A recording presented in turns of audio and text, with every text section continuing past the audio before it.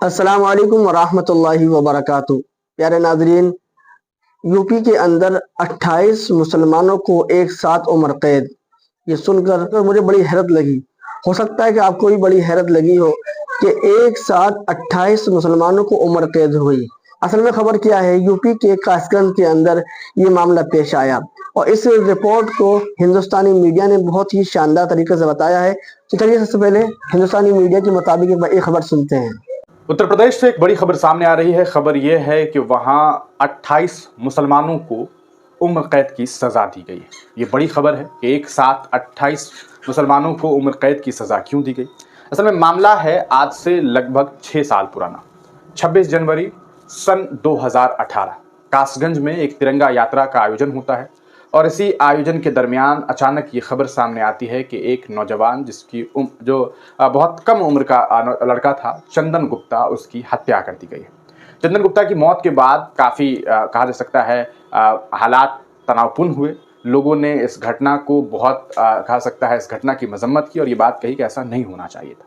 एक आम नौजवान लड़के की मौत हो गई। अक्सर यात्राएं कोई पार्टी विशेष के लोग निकालते हैं, कभी कोई पार्टी, कभी कोई दल, कभी कहा सकता है अलग अलग संगठन के द्वारा ये सब कुछ किया जाता है, लेकिन मौत आम लोगों की होती है। कभी आपने नहीं सुना होगा किसी नेता का कोई नेता का बेटा रहा हो कि यात्रा में किसी बड़े नेता के बेटे की मौत हो गई या किसी नेता को मार दिया गया। एक ऐसी ही खबर सामने आई थी कासगंज से।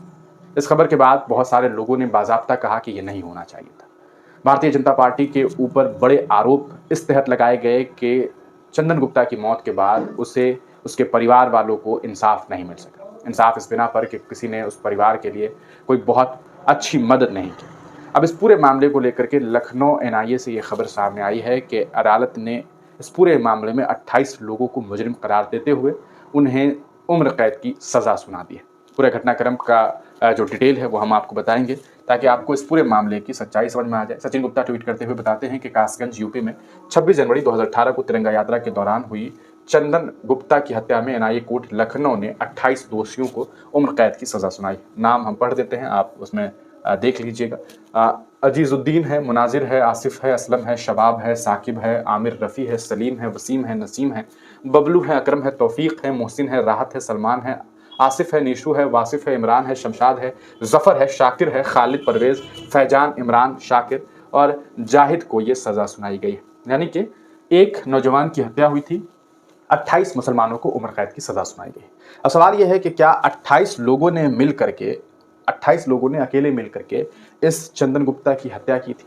क्या 28 लोगों ने सेम जुर्म किया था? क्या 28 लोग एक मुश्त होकर के इस हत्या में शामिल थे? ये एक बड़ी बात सोशल मीडिया पर लोग कर रहे हैं। लोग कह रहे हैं कि आखिर ऐसा कैसे हो सकता है कि एक साथ 28 लोग एक हत्या के लिए मुजरिम करार दे दिए जाएंगे और 28 को सेम सजा सुना दी जाएगी। ये एनआईए लखनऊ ने सजा सुनाई है। अब देखना ये आने वाले वक्त में इस पूरे मामले पर क्या इनके परिवार वाले और कोई लीगल मदद इन लोगों को मिलती है और आगे कोई लीगल लड़ाई लड़ी जाती है। ये बात का विषय है। अच्छा, आपको बताऊं, अभी हाल ही में उत्तर प्रदेश से खबर सामने आई कि मुरादाबाद में जो है वो एक मुस्लिम नौजवान शाहिदीन था। उसके ऊपर ये आरोप लगा कि वो गौ हत्या कर रहा था। तभी कुछ हिंदुत्ववादी दल के लोग, जैसा कथित तौर पर दावा किया गया कि वो लोग गए और उस शाहिदीन के साथ मारपीट शुरू कर दी और उसे बुरी तरीके से मारा। मारते मारते उसकी हाथों की उंगलियां टूट गई, कई बदन के हिस्से टूट गए, पूरे बदन के कई हिस्सों पर जख्म थे। उस नौजवान को इस बेरहमी से मारा गया था कि उसकी तस्वीरें गवाह थी और उसे फिर मेरठ के अस्पताल में एडमिट किया गया बाद में, लेकिन वहां उसने दम तोड़ दिया अगले ही दिन। उस पूरे घटनाक्रम के बाद अभी तक एक भी आदमी पर एफआईआर दर्ज नहीं हुआ है। एफआईआर दर्ज हुआ है लेकिन एक भी जो तो देखा आप लोगों ने कि यूपी के कासगंज के अंदर छोटे से केस के ऊपर 28 मुसलमानों को एक साथ फांसी दे दी गई। आपकी क्या राय है इस खबर के सिलसिले में, हमें कमेंट सेक्शन में ज़रूर बताएं।